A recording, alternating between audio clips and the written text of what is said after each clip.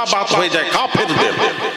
মান তাশাব্বাহা বিকাউমিন ফাহুয়া মিনহুম, যার মুশাবাহাত ইখতিয়ার করবে তার সাথে তার হাসর নাসর হবে। তাহলে কাফেরদের মুতাশাবাহাত খবরদার যেন না হয়। খবরদার কেউ ফটকা ফাটাবেন না, 1 টাকার একটা ফটকা ফাটাবেন না, পয়সা দেবেন না ছেলেদের। তারপর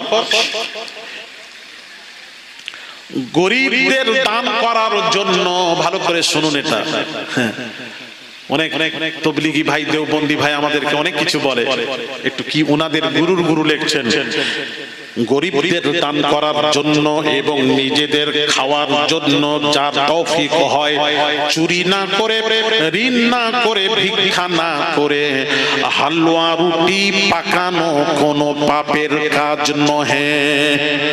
একটু জোরে বলেন না সুবহানাল্লাহ। আমাদের ঘরে হালুয়া রুটি হয়, আমরা করে আব্বাজান করতেন। আমার আব্বাজানের পরিচয়